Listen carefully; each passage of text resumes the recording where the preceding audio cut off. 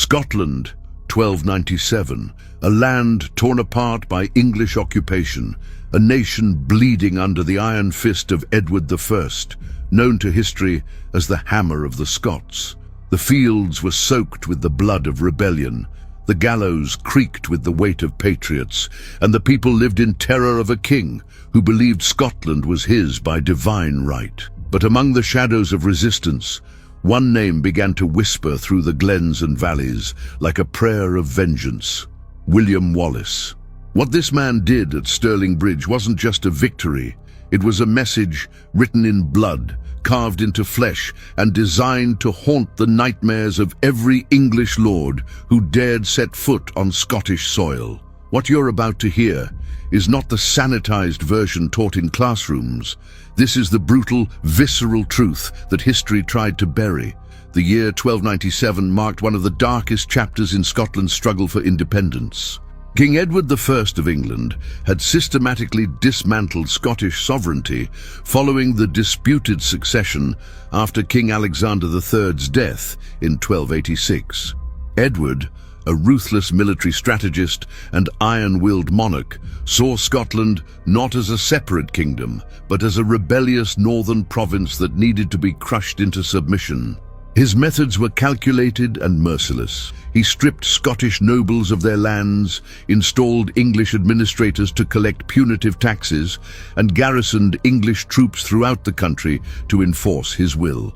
The Scottish people were subjected to humiliating laws, forced to quarter English soldiers in their homes, and watched helplessly as their resources were extracted to fund Edward's wars in France and Wales. By the spring of 1297, the situation had become unbearable. English officials governed with impunity, using violence and intimidation to maintain control. Among these officials, one man stood out as particularly hated: Hugh Cressingham, Edward's treasurer in Scotland. Cressingham was a corpulent, arrogant clergyman who took sadistic pleasure in his role as chief tax collector. He squeezed the Scottish people mercilessly, confiscating grain, livestock, and whatever wealth he could extract to fill Edward's coffers. Contemporary Scottish chroniclers described him as greedy beyond measure, a man who grew fat on Scottish suffering while the people starved. He travelled with armed guards, lived in luxury confiscated from Scottish nobles, and openly mocked the idea that Scotland would ever be free again. To the Scottish people, Cressingham wasn't just an administrator. He was the living embodiment of everything they had come to hate about English rule. Against this backdrop of oppression and despair, William Wallace emerged. But who was this man who would become Scotland's most legendary rebel? Wallace was not a great nobleman or a knight of high standing. He was a minor landowner, a member of the lower nobility with no significant political power or military resources. Historical records tell us frustratingly little about his early life. We know he was born around 1270, possibly in Elderslie in Renfrewshire, or perhaps in Ellerslie in Ayrshire. His father was likely Malcolm Wallace, a small landholder who owed allegiance to James Stewart, the High Steward of Scotland. What transformed this obscure figure into a revolutionary leader remains partially shrouded in mystery, though later accounts, including the epic poem by Blind Harry, written nearly 2 centuries later, suggest that personal tragedy played a role. Whether his wife was murdered by English soldiers, as legend claims, or whether other injustices drove him to action, one fact is undeniable. By May 1297, William Wallace had killed the English sheriff of Lanark and ignited a flame of rebellion that would consume Scotland. Wallace's early actions were audacious and brutal. After killing Sheriff William Heselrigg in Lanark, he didn't flee or hide. Instead, he gathered followers and began systematically attacking English positions throughout southern Scotland. His methods were unconventional, born not from formal military training, but from desperation and cunning. He avoided pitched battles where English heavy cavalry and trained men-at-arms held the advantage. Instead, he used ambush, surprise, and intimate knowledge of the Scottish terrain to strike at vulnerable targets. His forces attacked supply convoys, burned English-held castles, and assassinated officials. Each success brought more recruits to his banner. Dispossessed farmers, younger sons of nobles with nothing to lose, outlaws, and men driven by sheer hatred of the occupation flocked to join him. By summer 1297, Wallace commanded a force of several thousand men, though most were poorly equipped and untrained in formal warfare. What they lacked in armor and discipline, they compensated for with rage and desperation. The Scottish resistance in 1297 was not limited to Wallace alone. Throughout the country, nobles and commoners alike had begun to resist English rule. In the north, Andrew de Moray, a young nobleman, had escaped from English custody and raised rebellion in the Highlands. De Moray was everything Wallace wasn't: well-born, educated, trained in warfare, and connected to Scotland's traditional power structures. Yet both men recognized that divided, they would fail. In an unusual alliance that bridged class divides, Wallace and de Moray joined forces in August 1297. Their combined army represented something unprecedented in medieval Scottish warfare, a force that united commoners and nobles, lowlanders and highlanders, behind a single cause. They positioned themselves near Stirling, where they knew the English would have to come. Stirling Castle controlled the main route into the Scottish Highlands, and its strategic importance made it an inevitable battleground. King Edward, occupied with military campaigns in Flanders, delegated the suppression of the Scottish rebellion to his commanders in the north. The Earl of Surrey, John de Warenne, was appointed to lead the English response. Surrey was an experienced but aging commander, a veteran of Edward's Welsh campaigns who had grown comfortable in his position of authority. Alongside him marched Hugh Cressingham, whose position as treasurer gave him authority over the campaign's finances. Cressingham's presence in the army was partly practical. Edward wanted his treasurer to personally oversee the expenditure of funds, but it was also symbolic. Cressingham's participation was meant to demonstrate English dominance, to show that even a fat, unarmed clergyman could march safely through rebellious Scotland under the protection of English arms. The irony of this decision would soon become apparent in the most horrific way possible. The English army that marched north in September 1297 was formidable by any standard. Contemporary sources vary on its exact size, but it likely numbered between 8,000 and 10,000 men, including heavy cavalry, professional men-at-arms and Welsh archers. These were not raw recruits, but experienced soldiers who had fought in Edward's continental wars.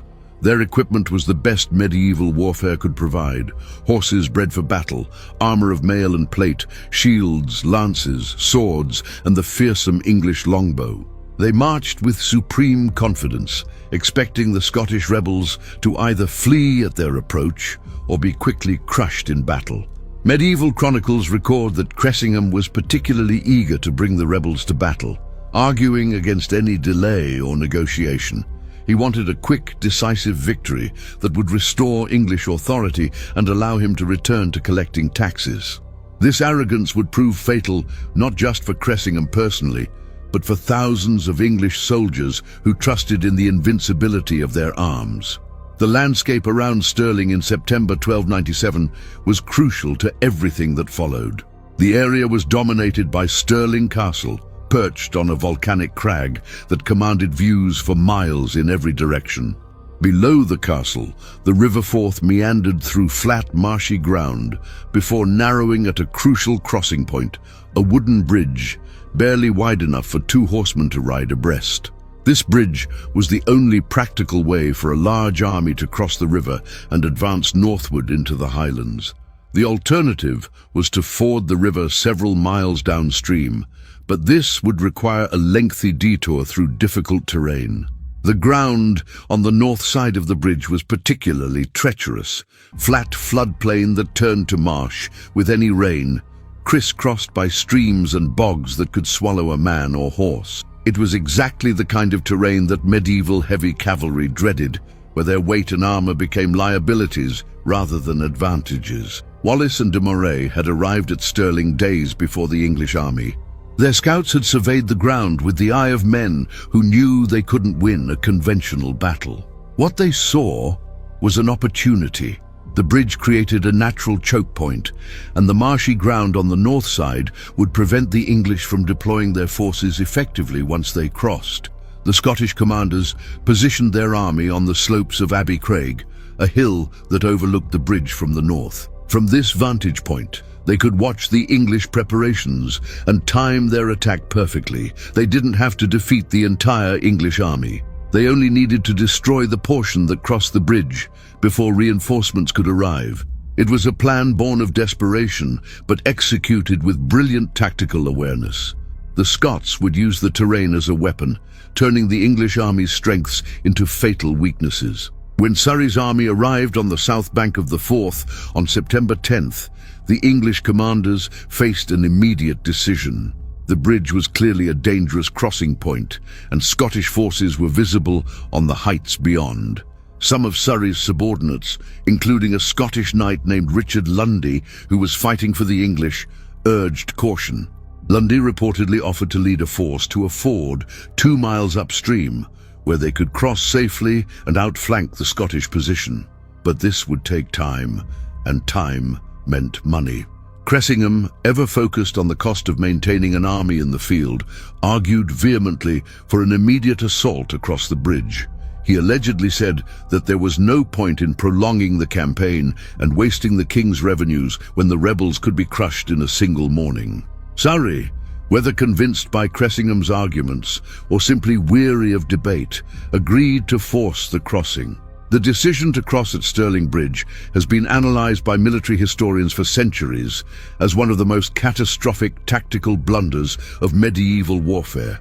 In their defence, the English commanders may have believed that the mere sight of their armoured cavalry would cause the Scottish rebels to flee, as had happened in previous encounters. Medieval warfare often hinged on morale, and poorly equipped rebels frequently broke and ran when faced with charging knights.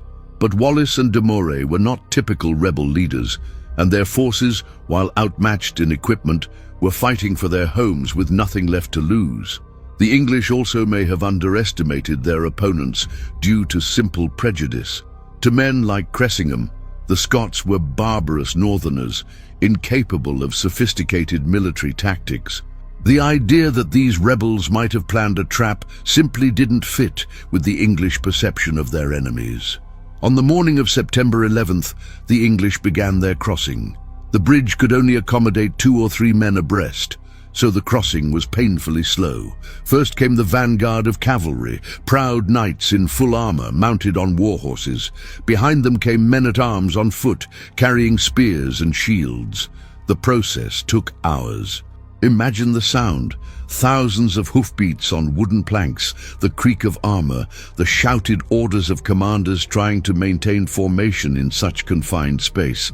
The Scottish forces on Abbey Craig remained motionless, making no move to contest the crossing. This should have alarmed the English commanders, but it seems to have had the opposite effect. The lack of resistance was interpreted as evidence that the Scots were paralysed by fear, that they would break and run once enough English troops had crossed. Cressingham himself crossed with the advance forces, his bulky frame mounted on a war horse, perhaps enjoying what he thought would be his triumphant moment. Contemporary accounts suggest he was wearing armour, unusual for a clergyman, though whether it was full battle armour or a lighter protection is unclear. Around him crossed some of the finest troops in Edward's army. Experienced knights who had fought in France and Wales, hardened soldiers who formed the core of English military power. They deployed on the north bank in the cramped space between the bridge and the rising ground, trying to form into battle lines despite the constricted terrain and marshy ground that sucked at their horses' hooves. Behind them, more troops continued to file across the narrow bridge, the army splitting itself in half with the river between them. Wallace and de Moray waited with inhuman patience. They let more and more English troops cross, allowing them to crowd onto the north bank, where the marshy ground would prevent manoeuvre. The Scottish commanders needed enough English troops across to make the attack worthwhile, but not so many that they couldn't be overwhelmed. They were gambling everything on perfect timing. Medieval chroniclers, writing with the benefit of hindsight, described Wallace watching the crossing like a hunter watching prey walk into a trap. He allegedly told his men to wait until the English forces were at their most vulnerable, split by the river, with neither half able to support the other. When approximately half the English army had crossed, roughly 4,000 to 5,000 men crowded onto the marshy ground with their backs to the river, Wallace gave the signal. The Scottish attack came like an avalanche. Thousands of Scots charged down from Abbey Craig with terrifying speed, screaming their war cries, their weapons raised. But they didn't charge directly at the English forces. The main thrust of the Scottish attack was aimed at the bridge itself. Wallace had positioned a force specifically to cut off the English troops on the north bank from their comrades on the south. Scottish soldiers, many armed with axes and spears, swarmed onto the bridge and began hacking at its wooden supports while holding off any English troops trying to cross. Within minutes, the bridge became impassable. Some Scots may have even destroyed sections of it, though accounts vary. What is certain is that the English army was now physically divided, with thousands of their best troops trapped on the north bank, with no means of escape except to swim the deep, fast-flowing Forth or fight their way through the Scottish forces. The trapped English forces tried desperately to form defensive lines, but the terrain made it impossible. The marshy ground that had been merely inconvenient during the crossing now became a death sentence. Heavy cavalry couldn't charge effectively through mud that came up to their horses' bellies. Knights in full armor found their horses foundering, some animals actually sinking into the marsh and having to be abandoned. The weight of armor that was meant to protect them now made them slow and clumsy. Infantry tried to form shield walls, but they were constantly disrupted by the uneven ground and the relentless Scottish assault from multiple directions. The English forces on the south bank could only watch in horror as their comrades were systematically destroyed less than 100 yards away across the river. The Scottish fighting style at Stirling Bridge was brutal and practical. Wallace's men were armed primarily with long spears, axes and swords. They couldn't match the English in armor or horsemanship, but in close quarters combat on terrible ground, these advantages evaporated. Scottish spearmen worked in groups, surrounding English knights and pulling them from their horses. Once a knight was on the ground, his armor became a liability. The joints in plate armor, designed to allow movement, were also weak points. Scottish soldiers drove daggers through gaps in armor at the armpit, groin and neck. They used axes to dent helmets and stun opponents before finishing them with knife thrusts. The sound must have been nightmarish. The screams of dying men and horses, the clash of metal on metal, the wet sucking sound of bodies falling into mud, the shouted Gaelic war cries of the Scots mixed with the desperate cries in Norman French and English. Hugh Cressingham, the hated treasurer, was among those trapped on the north bank. As a non-combatant clergyman, he was likely near the rear of the English formation, but the Scottish assault was so total that nowhere on that blood-soaked ground was safe. Accounts of Cressingham's death vary, but all agree on the essential facts. He was pulled from his horse, probably by Scottish spearmen, working together to bring down the mounted rider. Once on the ground, with Scottish soldiers swarming around him, he would have been quickly killed. Some chronicles suggest he tried to surrender, offering ransom as was customary for prisoners of rank. But the Scots were not interested in ransom. They were interested in revenge. Cressingham's death was not quick or clean. He was butchered on the battlefield, hacked apart by men who had suffered under his taxation and cruelty for years. But death was not the end of Cressingham's ordeal. What happened next is documented in multiple medieval chronicles and represents one of the most shocking acts in medieval warfare. After the battle, as Scottish soldiers moved through the killing ground, stripping the dead of armor and valuables, Cressingham's corpse was singled out for special treatment. His body was skinned, not partially, but completely. The skin was carefully removed from the corpse in the way a hunter would skin a deer. This was not random mutilation born of battle frenzy. It was deliberate, carried out with skill that suggests someone with experience in flaying animals. The flaying of Cressingham's body would have taken time and concentration, performed after the fighting had ended, when the Scots had leisure to exact their revenge on the corpse of the man who had symbolized English oppression. The reasons for this horrific act were multi-layered. On one level, it was pure revenge. Cressingham had made himself personally hated through his role as tax collector and his open contempt for the Scottish people. His death alone wasn't enough to satisfy the rage of men who had seen their families starve while Cressingham grew fat on confiscated wealth. The flaying was a way to dishonor him beyond death, to deny him even the dignity of an intact corpse for Christian burial. But it was also a political statement. By flaying the body of such a high-ranking English official, Wallace was sending a message that couldn't be misunderstood. The English were not invincible. Even their officials, protected by armor and armies, could be killed and desecrated.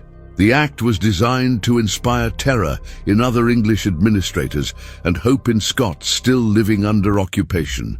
What was done with Cressingham's skin is the subject of some of history's most disturbing legends. The most widely repeated account comes from later Scottish chronicles, which claim that Wallace had strips of Cressingham's skin made into practical items. Some sources specify that Wallace had a sword belt made from the treasurer's skin, which he wore as a macabre trophy. Other accounts mention that pieces were distributed among Scottish leaders or sent to various towns as proof of the English defeat. How much of this is literal truth and how much is embellishment added by later chroniclers is impossible to determine with certainty. What we do know from English administrative records is that Cressingham's body was not recovered intact. English documents from the period reference Cressingham's death at Stirling and note that his body was abused by the Scots, language that medieval writers used to describe corpse desecration. The flaying of Cressingham's body must be understood in the context of medieval warfare and justice. The Middle Ages were a time of extreme violence by modern standards. Public executions were common and deliberately gruesome, designed to serve as deterrents. Traitors were hanged, drawn and quartered. Criminals were broken on the wheel, burned alive, or subjected to other tortures before execution. In warfare, the mistreatment of enemy dead was not unknown, though usually limited to displaying severed heads or mutilating bodies to prevent their recognition. But flaying was exceptional, even by medieval standards. It was a punishment usually reserved for the worst criminals or enemies, documented in some biblical and classical sources, but rarely in medieval European warfare. For Wallace to order or allow this act demonstrates the depth of Scottish hatred for the occupation and the deliberate choice to fight a total war without the usual medieval conventions limiting violence. The propaganda value of Cressingham's flaying, from Wallace's perspective, was immense. News of the desecration spread rapidly throughout Scotland and England. For Scots still under English occupation, it was proof that resistance was possible, that the English could be beaten and humiliated. It helped Wallace recruit more followers and probably encouraged other rebellions throughout Scotland. For the English, the news was devastating. The mere fact that a high royal official had been killed in battle was bad enough, but the knowledge that his body had been flayed and made into trophies created a deep psychological impact. It made English administrators fearful for their own safety and demonstrated that service in Scotland was not a comfortable posting, but a genuinely dangerous assignment. The immediate aftermath of the Scottish charge was complete chaos on the north bank of the Forth. Trapped English soldiers realized they faced annihilation. Some tried to fight their way back to the bridge, only to find it blocked or destroyed. Others attempted to swim the river in full armor, a decision that was almost always fatal. The River Forth at Stirling is deep and fast-flowing, with a strong current that would sweep away even a strong swimmer unencumbered by armor. A knight in full mail and plate armor, weighing perhaps 60 or 70 pounds, simply sank like a stone. Chronicles record that bodies in armor could be seen on the riverbed for years afterward. Some desperate soldiers tried to remove their armor before entering the water, but this left them vulnerable to Scottish arrows and spears while they struggled with buckles and straps. The English forces on the south bank of the river watched the destruction of their comrades with mounting horror and fury. The Earl of Surrey, commanding from the south bank, ordered troops to attempt to reinforce the north bank, but with the bridge destroyed or blocked, there was no way to get significant forces across quickly. Some English soldiers may have attempted to cross at fording points upstream or downstream, but by the time they could reach the battlefield, the fight was over.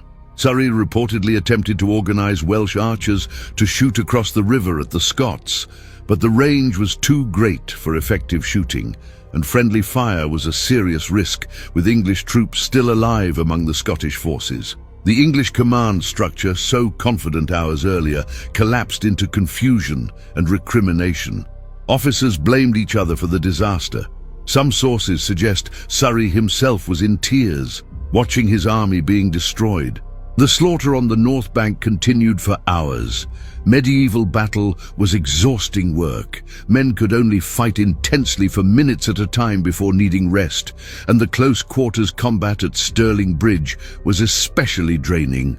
The Scots didn't simply kill all the English soldiers in a single continuous assault. Instead, the battle became a series of smaller fights scattered across the marshy ground, as English soldiers formed small defensive groups and were systematically hunted down and killed. Some English troops attempted to surrender, but quarters was rarely given. The Scots were fighting a war of national survival against an occupying power, and the medieval laws of war that might have protected noble prisoners didn't extend to common soldiers. More importantly, Wallace and his men knew that any mercy shown today would not be reciprocated if the situations were reversed. English policy towards Scottish rebels was execution, and everyone present knew it. As the day wore on and English resistance on the north bank collapsed, the scale of the disaster became clear.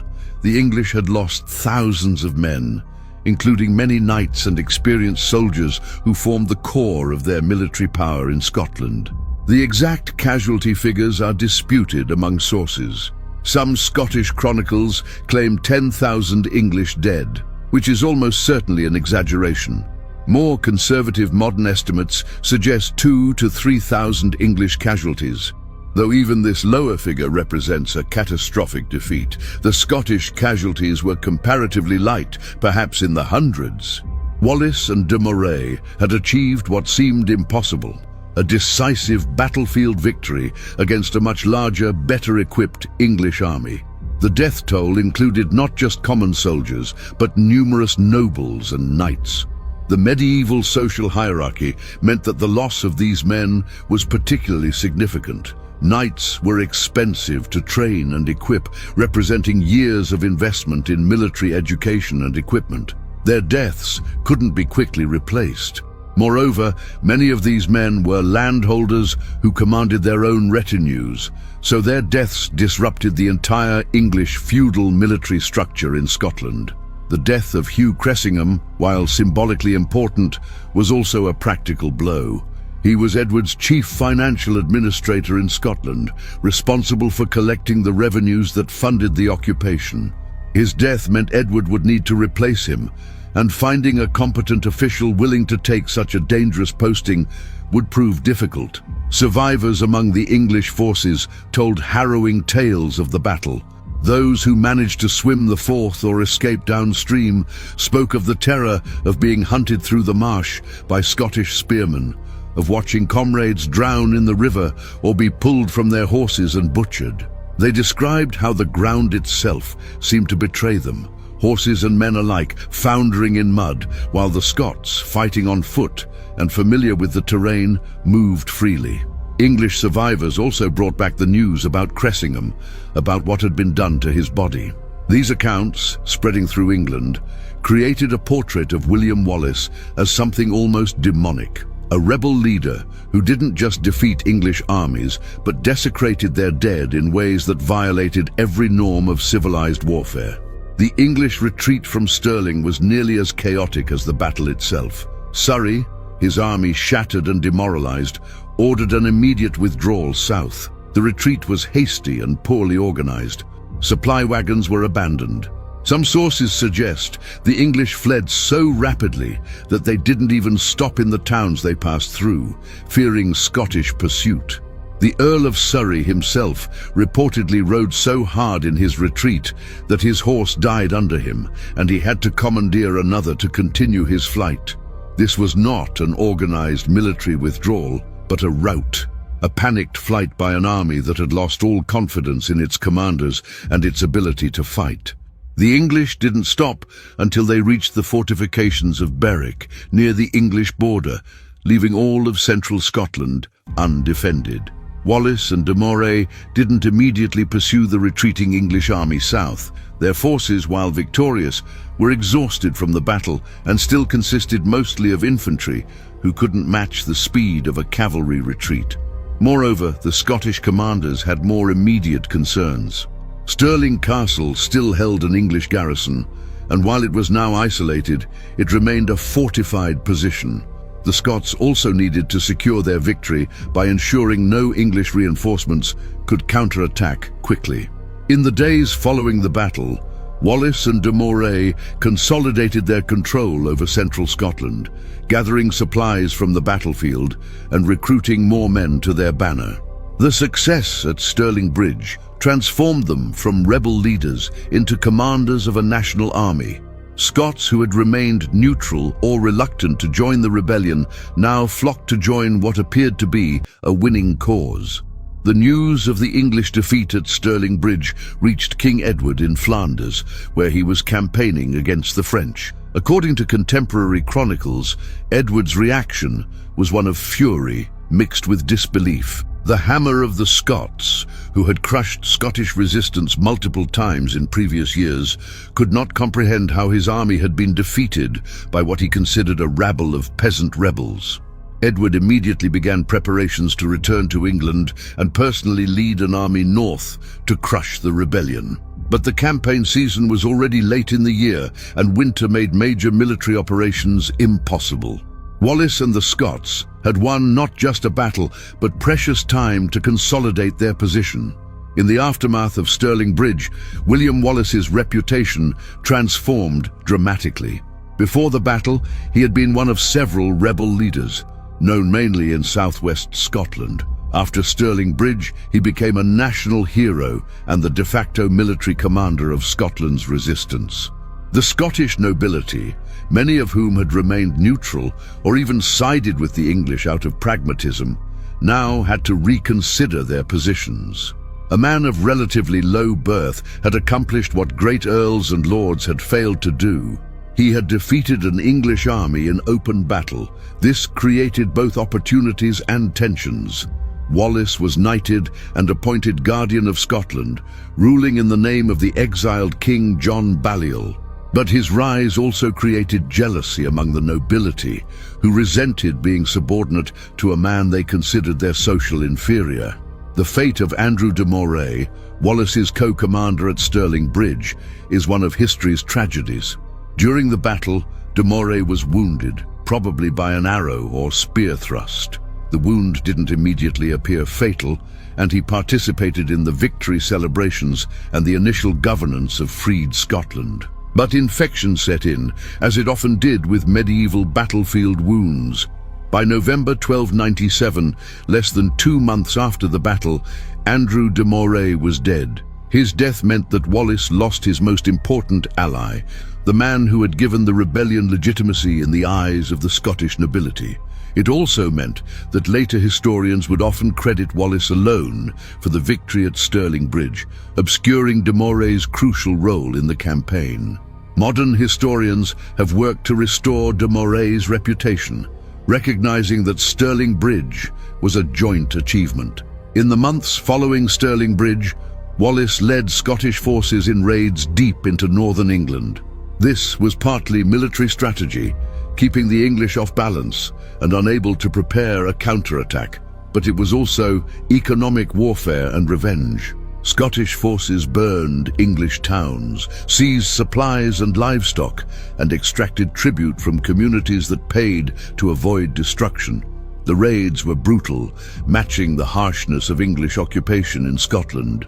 Chronicles from northern English towns describe Scottish soldiers as savage raiders who spared neither churches nor civilians. Wallace was demonstrating that the war could be brought to England itself, that English civilians could suffer the same fear and destruction that Scots had endured. These raids served multiple purposes. They weakened England economically, boosted Scottish morale, and helped feed Wallace's army through plunder. The winter of 1297-1298 saw Wallace attempting to govern Scotland and prepare for the English counterattack he knew was coming. This proved almost as difficult as the military campaign. Scotland's economy had been devastated by years of war. Crops had been destroyed, livestock killed or stolen, towns burned. Wallace needed to raise and maintain an army, but the country had limited resources to support military forces. He also faced political challenges. The Scottish nobility, while outwardly supporting him, often maneuvered for their own advantage. Some nobles who had fought for the English sought to switch sides and have their lands restored, creating complex negotiations. Wallace, as guardian, had to mediate disputes, administer justice, and maintain the fragile coalition of interests that held the resistance together. His lack of high birth and political experience made these tasks even more difficult. Edward I's return to England in March 1298 marked the beginning of the end for Wallace's military success. Edward was perhaps the most formidable military leader of his generation, a king who had conquered Wales and built a network of castles to hold it down. He brought to the Scottish campaign both vast resources and personal determination to crush the rebellion. Edward assembled the largest English army that had marched north in generations, drawing on feudal levies, mercenaries, and experienced soldiers from his Welsh and French campaigns. The English army that marched into Scotland in the summer of 1298 reportedly numbered over 15,000 men, including 3,000 heavy cavalry and 12,000 infantry, with a large contingent of Welsh longbowmen. This force dwarfed anything Wallace could field. Wallace attempted to use the same strategies that had worked at Stirling Bridge, avoiding pitched battle, using the terrain to his advantage, harassing the English supply lines, and wearing down the invaders through attrition. For weeks, the Scottish forces retreated northward, burning crops and supplies to deny them to the English army. Edward's forces suffered from hunger and disease as they marched through devastated countryside. There were moments when it seemed Wallace's strategy might work, that the English army might have to retreat simply because it couldn't feed itself. But Edward persisted, and on July 22, 1298, near the town of Falkirk, the armies finally met in open battle. Wallace had hoped to avoid exactly this situation, but his army was cornered and forced to fight. The Battle of Falkirk was everything Stirling Bridge was not. Where Stirling Bridge had been won through clever use of terrain and perfect timing, Falkirk was a brutal slugging match that exposed the fundamental weakness of Wallace's forces. They lacked the heavy cavalry and defensive armor to stand against a fully equipped English army on open ground. Wallace arranged his army in schiltrons, circular defensive formations of spearmen that could resist cavalry charges. These formations held initially, with English knights unable to break through the hedges of Scottish spears. But Edward had learned from Stirling Bridge. He used his Welsh longbowmen to pound the stationary Scottish formations with arrows. Medieval longbows could pierce mail armor at close range, and the massed volleys devastated the closely packed Scottish spearmen. When the schiltrons finally broke under the arrow storm, English cavalry charged in to complete the slaughter. The defeat at Falkirk shattered Wallace's position as guardian of Scotland. He resigned or was forced from power, replaced by Scottish nobles who believed they could negotiate better terms with Edward. Wallace himself disappeared from the historical record for several years, possibly traveling to France to seek support from the French king, Scotland's traditional ally. Some accounts place him in Norway or Rome, desperately seeking international support for Scotland's cause. What is certain is that he continued to be a wanted man, hunted by the English with a substantial price on his head. Edward never forgot Stirling Bridge or the humiliation of Cressingham's fate. He wanted Wallace captured alive, not for a quick execution, but for public punishment that would serve as a warning to any future rebels. The years between 1298 and 1305 saw Scotland's independence struggle continue under different leaders. Robert the Bruce and John Comyn, rival claimants to the Scottish throne, led the resistance, sometimes together and sometimes in competition with each other. There were victories and defeats, peace negotiations, and renewed warfare. Through all of this, William Wallace remained a fugitive and a symbol. His name was invoked by other rebel leaders, and songs and stories about Stirling Bridge kept alive the memory that English power could be challenged. But the reality was that Wallace, the common-born soldier, had been pushed aside by the great nobles who believed they, not a minor landowner, should lead Scotland. Wallace's capture in August 1305 near Glasgow was the result of betrayal.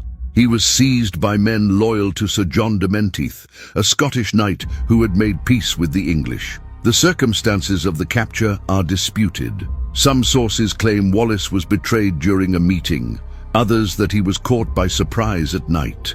What followed was inevitable.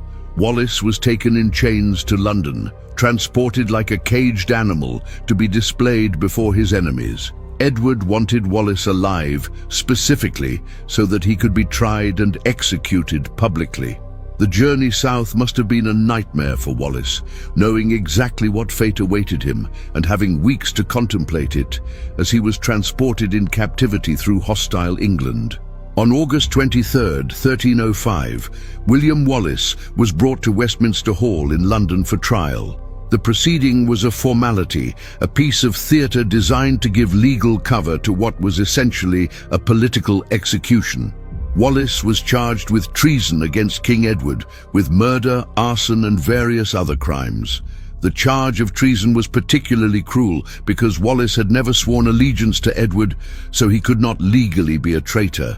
When this was pointed out, Wallace reportedly replied that he could not be a traitor to a king he had never acknowledged. But the outcome was never in doubt. Wallace was convicted and sentenced to be hanged, drawn, and quartered, the most severe punishment in English law, reserved for traitors. The execution of William Wallace on August 23, 1305, was designed to be a public spectacle of state power. Wallace was stripped naked and dragged through the streets of London behind horses, pelted with filth and jeered at by crowds. He was taken to Smithfield, a traditional execution ground. The execution itself was a carefully choreographed horror. Wallace was hanged until nearly dead, but cut down while still alive. He was then castrated, disemboweled, and his entrails burned before his eyes while he was still conscious. Only then was he beheaded and his body cut into 4 quarters. His head was placed on a spike on London Bridge, displayed as a warning. His quartered body was sent to 4 Scottish cities, Newcastle, Berwick, Stirling, and Perth, to be displayed as a warning to anyone else considering rebellion. Edward believed that Wallace's gruesome execution would end Scottish resistance by demonstrating the futility of challenging English power. He was wrong. Wallace's execution had the opposite effect. It transformed Wallace from a military leader into a martyr. The brutality of his death, rather than intimidating the Scots, enraged them and provided a rallying point for continued resistance. Within a year of Wallace's execution, Robert the Bruce had murdered his rival John Comyn, claimed the Scottish throne, and renewed the independence struggle. Bruce would fight for over 20 years, eventually winning Scotland's independence through the Treaty of Edinburgh-Northampton in 1328, long after Edward I's death. Bruce succeeded where Wallace failed, but he did so building on the foundation that Wallace had laid at Stirling Bridge. The story of what happened to Hugh Cressingham's skin took on legendary status in Scottish popular culture. Whether or not Wallace actually wore a belt made from Cressingham's skin, the story was repeated and believed because it fit perfectly with how the Scots wanted to remember both the hated treasurer and their heroic rebel. The tale served multiple purposes. It was a story of revenge against oppression, a demonstration that no English official was safe, and a visceral symbol of Scottish defiance. Later Scottish chronicles and poems, particularly Blind Harry's epic The Wallace, written in the 1470s, emphasized and elaborated on the gruesome fate of Cressingham's body, using it to illustrate Wallace's determination and the justice of the Scottish cause. The long-term impact of Stirling Bridge extended far beyond the immediate military consequences. The battle demonstrated that Scottish forces, despite being outmatched in equipment and training, could defeat English armies through superior tactics and use of terrain. This lesson was not lost on future Scottish commanders. Robert the Bruce, when he renewed the independence struggle, used many of the same guerrilla tactics that Wallace had pioneered, avoiding pitched battles when possible, using the terrain, striking at vulnerable targets, and wearing down superior enemies through attrition. Bruce's greatest victory at Bannockburn in 1314, while different in detail from Stirling Bridge, followed similar principles of choosing favorable ground and using terrain to neutralize English advantages. Stirling Bridge also entered European military consciousness as an example of how determined infantry could defeat heavy cavalry under the right conditions. This was a crucial lesson at a time when mounted knights dominated medieval warfare. The battle was studied by military commanders and chroniclers throughout Europe. The idea that common soldiers, properly led and fighting on favorable ground, could defeat aristocratic cavalry challenged the entire social order of medieval society, where military prowess was supposed to be the exclusive preserve of the knightly class. The Swiss pike formations that would dominate later medieval battlefields, and the Flemish infantry victories against French knights at battles like Courtrai in 1302, all built on lessons that Stirling Bridge had demonstrated. The treatment of Cressingham's body also entered the medieval consciousness as an example of the brutality of warfare when conducted without the usual aristocratic conventions. Medieval warfare between Christian kingdoms usually followed certain rules. Nobles could expect to be ransomed rather than killed, bodies were treated with some respect, and there were limits on violence even in the midst of war. These conventions were honored more in theory than practice, but they represented an ideal.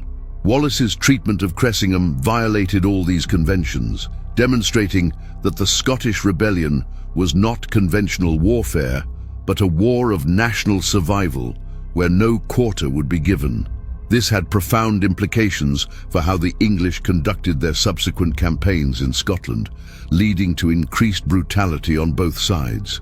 The historical evidence for the flaying of Cressingham and the use of his skin comes from multiple independent sources, both Scottish and English. English administrative documents refer to Cressingham's death and the abuse of his body. Scottish chronicles, while sometimes exaggerating details, consistently mention the flaying. Later English chroniclers, like the Lanercost Chronicle, also reference it. The consistency across sources suggests that something genuinely shocking happened to Cressingham's body, even if some specific details may have been embellished over time. Modern historians generally accept that Cressingham was flayed, though debate continues about exactly what was done with his skin and how much Wallace personally ordered versus what his soldiers did on their own initiative. The psychological impact of Cressingham's fate on English officials in Scotland was significant and documented in English records. After Stirling Bridge, English officials became noticeably more reluctant to serve in Scotland. Administrative correspondence shows increased demands for military escorts and fortified residences. Some officials requested reassignment or simply resigned their posts rather than serve in such a dangerous territory. This had practical consequences for Edward's ability to govern Scotland. If administrators were too frightened to collect taxes or enforce English law, then military victory alone couldn't secure Edward's control over the country.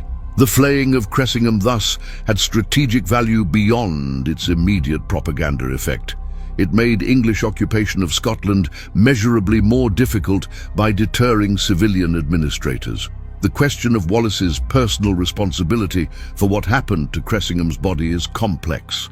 As battlefield commander, Wallace had authority over his troops and could have prevented the desecration if he chose. That he didn't suggests at minimum tacit approval. Some sources claim Wallace ordered it specifically, while others suggest it was done by his soldiers, with his knowledge but not his direct command. The distinction mattered less to contemporaries than it does to modern historians. Wallace was the leader of Scottish forces, and what his army did was attributed to him. By not stopping or punishing those who flayed Cressingham, Wallace accepted responsibility for the act. This was consistent with his overall approach to warfare. He fought without regard for conventional limits, using psychological warfare and terror tactics, because those were the weapons available to a force that couldn't match the English in conventional military power. The Battle of Stirling Bridge became central to Scottish national identity, a foundational myth of resistance against oppression. For centuries afterward, Scots told and retold the story of how Wallace defeated the English against overwhelming odds. The battle was commemorated in songs, poems, and later in novels and films. The National Wallace Monument, erected on Abbey Craig overlooking the battlefield in the 1860s, became a pilgrimage site for Scots and a symbol of national pride. The monument's construction during the Victorian era, centuries after the actual battle, demonstrates how Stirling Bridge continued to resonate in Scottish consciousness as a symbol of national independence and resistance to foreign domination. The brutality displayed at Stirling Bridge and in the treatment of Cressingham's body reflects the genuine desperation of the Scottish resistance. These were not professional soldiers playing by aristocratic rules of warfare. They were people fighting for their homes against an occupying power that had shown them no mercy. English policy in Scotland included mass executions of rebels, confiscation of property, and systematic destruction of resistance. In this context, the flaying of Cressingham, while shocking, was part of a larger pattern of total warfare where both sides escalated violence in response to each other. The Scots had watched their countrymen hanged, their castles destroyed, their lands confiscated. Cressingham's fate was revenge for all of this, and a warning that the occupation would not be cost-free. Modern archaeological investigations around Stirling have uncovered evidence supporting the chronicler's accounts of the battle's brutality. While few bodies have been recovered from the battlefield itself, likely because most were recovered and buried in the immediate aftermath, archaeological surveys have identified areas of disturbed ground consistent with mass burial sites. Examination of the riverbed has located armor fragments and weapons consistent with the period. These physical remnants, combined with the documentary evidence, paint a picture of a truly catastrophic English defeat that left the battlefield littered with corpses and military equipment.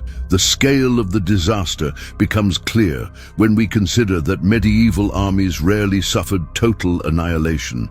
A 5 or 10% casualty rate was usually enough to break an army and force retreat. At Stirling Bridge, the English forces on the north bank suffered casualties approaching 50% or more. The tactical innovation demonstrated by Wallace and de Moray at Stirling Bridge influenced military thinking for generations. Their use of terrain as a weapon, their patience in letting the enemy commit to a vulnerable position before attacking, and their focus on cutting off retreat routes became textbook examples of how a weaker force could defeat a stronger one. Military historians from the Renaissance onward studied Stirling Bridge as an example of excellent generalship. The battle demonstrated principles that remain relevant in military education: the importance of terrain, the value of patience and timing, the need to match tactics to available forces rather than trying to fight the way a stronger opponent wants to fight, and the psychological dimension of warfare. The story of Cressingham's skin entered popular culture and became the subject of various legends and embellishments.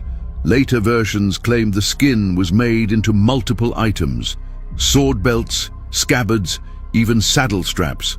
Some versions had Wallace sending pieces to various Scottish towns as trophies. A particularly gruesome legend claimed a piece of skin was kept as a relic in Lanark, Wallace's hometown. Most of these elaborations cannot be verified historically, but they demonstrate how the story captured the popular imagination. The flaying became the ultimate symbol of Scottish revenge and English humiliation, a visceral image that communicated the intensity of the conflict in ways that simple battlefield victory could not. Wallace's brief period of power after Stirling Bridge showed both his strengths and limitations as a leader. He was a brilliant military commander, an inspiring war leader who could unite diverse groups behind a common cause. But he lacked the political skills and social connections to maintain power in medieval Scotland's complex feudal society. The nobility, who resented taking orders from a man of low birth, the competing claims of various Scottish factions, and the practical difficulties of governing a war-torn country, all proved beyond Wallace's ability to manage. His resignation after Falkirk suggests he recognized these limitations, stepping aside for leaders who might negotiate a political settlement. Yet this political failure doesn't diminish his military achievements or his symbolic importance. Sometimes history needs warriors more than diplomats. The English perspective on Stirling Bridge and its aftermath was one of profound shock and a desire for revenge that shaped policy towards Scotland for decades. To English chroniclers and officials, Wallace was not a freedom fighter, but a terrorist who violated the laws of civilized warfare. The flaying of Cressingham was held up as proof of Scottish barbarity and used to justify increasingly harsh measures against the Scottish resistance. Every English military campaign into Scotland after Stirling Bridge was conducted with enhanced brutality, with English forces explicitly ordered to devastate the country and punish the civilian population. This created a cycle of escalating violence. The more brutal the English became, the more desperate Scottish resistance grew, which in turn provoked even harsher English responses. Stirling Bridge wasn't the beginning of this cycle, but it marked a point where both sides abandoned any pretense of restraint. The medieval concept of honor and how it was violated at Stirling Bridge deserves consideration. Medieval warfare among Christian kingdoms was governed by an ideal of chivalry that, while frequently breached in practice, still established expectations of behavior. Knights were supposed to show mercy to defeated opponents of equal rank, to fight bravely but fairly, and to treat bodies with respect. These conventions didn't apply to common soldiers, who could expect no mercy, but they were supposed to protect nobles and officials. By flaying Cressingham, who was both a royal official and a clergyman, Wallace's forces violated multiple layers of medieval custom. This violation was intentional and strategic. Wallace was demonstrating that the Scottish resistance would not honor conventions that the English themselves had abandoned in their brutal occupation of Scotland. The question of whether Wallace's brutality at Stirling Bridge helped or hurt the Scottish cause is debated among historians. On one hand, the shock value of the victory and the fate of Cressingham inspired Scottish resistance and demonstrated English vulnerability. On the other hand, it hardened English determination to crush the rebellion and provided propaganda justification for brutal countermeasures. Edward I, who might have been willing to negotiate some form of limited Scottish autonomy, was enraged by Stirling Bridge and determined to completely subjugate Scotland. The treatment of Wallace himself, when he was finally captured, reflected this rage. His execution was deliberately made as brutal as possible, in part as revenge for what had happened to Cressingham. In this sense, the cycle of violence that Stirling Bridge exemplified ultimately harmed both sides, extending the conflict for decades. In conclusion, the Battle of Stirling Bridge and its brutal aftermath represent one of the most significant events in Scottish history. The military victory demonstrated that English occupation could be resisted successfully, providing a template for the campaigns that eventually won Scottish independence.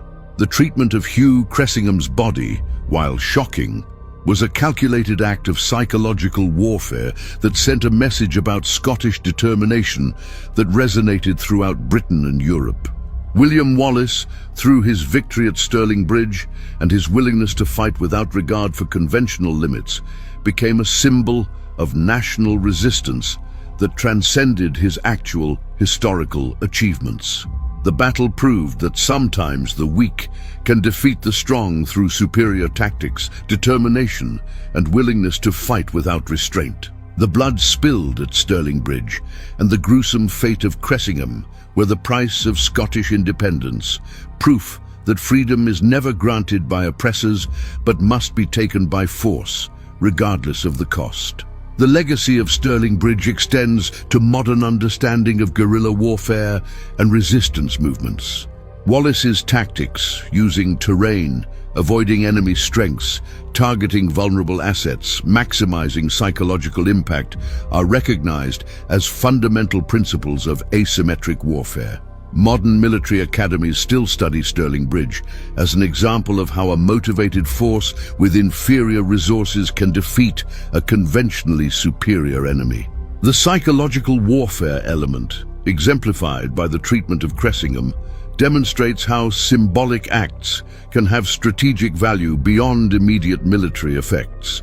Wallace understood, perhaps intuitively, rather than through formal military education, that war is as much about will and morale as it is about weapons and numbers. By making an example of Cressingham, he attacked English morale while boosting Scottish confidence, achieving psychological effects that were as important as the tactical victory on the battlefield. The moral complexity of Stirling Bridge challenges simplistic historical narratives. Was Wallace a hero fighting for freedom, or a terrorist who used brutal tactics against civilized norms? The answer depends largely on perspective and the values one brings to historical judgment. From a Scottish nationalist perspective, Wallace was a hero who did what was necessary to free his country from oppression. From an English perspective, he was a rebel who violated the laws of civilized warfare. From a modern humanitarian perspective, both sides committed atrocities in a conflict where civilians suffered terribly. Perhaps the most honest assessment is that Wallace was a product of his time and circumstances, a medieval warrior fighting a brutal war using the weapons and tactics available to him. To judge him solely by modern ethical standards is anachronistic, but to completely excuse his actions because of historical context is to deny the humanity of his victims. History is complicated, and William Wallace exemplifies this complexity. The enduring fascination with William Wallace and Stirling Bridge reflects something fundamental about human nature and historical memory. We are drawn to stories of underdogs who overcome impossible odds, of heroes who stand alone against tyranny, of dramatic victories and gruesome revenge. Stirling Bridge provides all these elements in a narrative that has been told and retold for over 7 centuries. Each generation reinterprets the story according to its own values and concerns. Medieval Scots saw Wallace as a martyr for national independence. Victorian Scots saw him as a symbol of national pride during the height of the British Empire. Modern Scots, particularly during debates over Scottish independence from the United Kingdom, have invoked Wallace as a symbol of Scottish national identity. The historical Wallace has become a screen onto which each generation projects its own values and aspirations, ensuring that Stirling Bridge remains relevant long after the specific political conflicts that caused it have been resolved. The Battle of Stirling Bridge was far more brutal than popular imagination generally allows. The cinematic portrayals of the battle, while dramatic, often sanitize the reality of medieval combat and the treatment of the dead. The actual battle would have been a nightmare of mud, blood, screaming men and horses, the stench of open bowels, the sight of drowning soldiers weighed down by armor, and the sounds of butchery as wounded men were finished off with daggers and axes. The flaying of Cressingham wasn't quick or clean, but would have been a lengthy, skilled process of skinning a corpse in full view of survivors. The display of Cressingham's skin as trophy, and possibly its use as everyday items like a belt, represented a level of calculated desecration that goes beyond battlefield fury. This was revenge served cold, executed with deliberation days after the actual combat. Understanding this brutality doesn't diminish the significance of the Scottish victory. Rather, it reveals the desperation and determination of people fighting for their survival against what they saw as foreign tyranny. History tried to hide the full brutality of Stirling Bridge and its aftermath because such violence is uncomfortable for nations building official historical narratives. Both Scottish and English authorities in later centuries had reasons to downplay or reinterpret the most disturbing elements. Scottish nationalists wanted to celebrate Wallace as a noble hero, not as someone who ordered or permitted the flaying of enemies. English historians wanted to minimize a humiliating defeat and didn't want to dwell on the gruesome fate of English officials. As a result, the full story of what happened to Cressingham was often relegated to footnotes in popular histories or dismissed as exaggerated legend.